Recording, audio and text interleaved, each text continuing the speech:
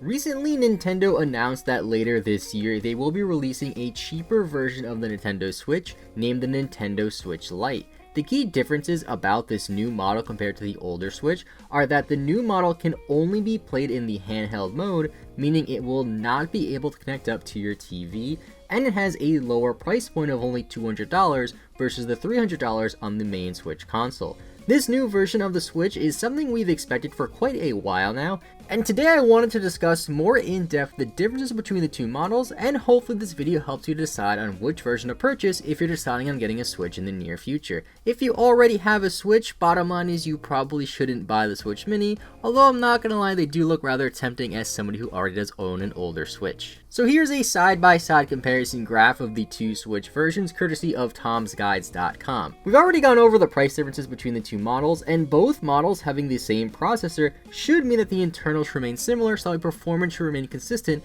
amongst either console. The Switch Lite does have a smaller screen at 5.5 inches compared to the original Switch's 6.2 inches, which, to put into perspective, the Switch Lite has a screen size of about the same size of an iPhone 8 Plus. The Joy-Cons on the Switch Lite are also not detachable, as well as there is no HD rumble on the Joy-Cons, meaning if you want to play a game that requires the Joy-Cons to be attached or requires the HD rumble feature, you would need to buy a separate pair of Joy-Cons for your Switch Lite, which run at about $70 USD. If you want to play a game like Smash Ultimate for the Switch as well, the old Switch has a USB port in the dock that can be used for the GameCube adapter to play GameCube controllers with your Nintendo Switch if you prefer to use that controller, while the Switch Lite does not have this option since there's no dock and no USB port on the Switch Lite. This means that if you really want to play Smash on your Switch Lite, you would have to use the built-in Joy-Con controllers or buy separate Joy-Cons or a Pro Controller since the GameCube adapter will not work. Another one of the key benefits of the Switch Lite is it is a bit smaller than the regular Nintendo Switch, making it a lot easier to carry around, and it might even be able to fit in most of our pockets.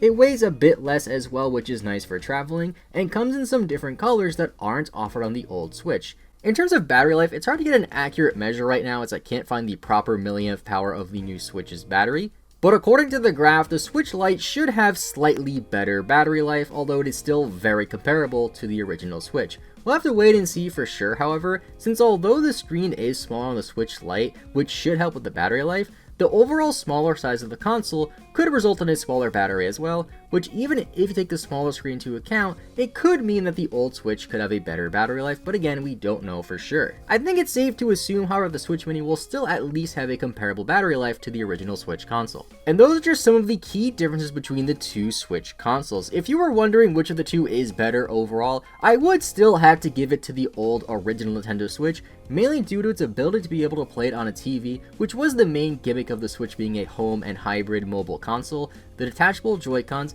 and the ability to use a wider variety of controllers, especially the game controllers for Smash, which is one of the biggest games on the console. And in my opinion, the GameCube controller is the best way to play Smash. Now that's not to say that the Switch Lite is useless, however, and depending on your preferences and your current situation, the Switch Lite could be better for you. If you happen to already own a Switch, there really isn't much of a reason to get a Lite version. But if you don't have a Switch at all, and don't care about playing the Switch on your television, then the Switch Lite would be great for you. The $100 price difference is a big factor overall. For some people, $100 might not be a lot, but for a lot of people, $100 could be a lot, especially for a younger Nintendo fan looking for a Switch if they don't have one already. The console reminds me a lot more of the original 2DS as well, versus something like the DS Lite, since the DS Lite was mostly just an upgrade over the original DS console, while the 2DS was designed to be a more affordable and durable version of the 3DS, which cut some features as well, and it was mainly targeted towards a younger audience. Now I personally don't plan on getting a Switch Lite, even though that Pokemon version does look rather tempting and it is very nice, but I don't think it's a bad idea to get a Switch Lite if you don't already own a regular Switch. It really depends on your preferences and your situation and how you want to play your Switch games, so let me know in the comment section down below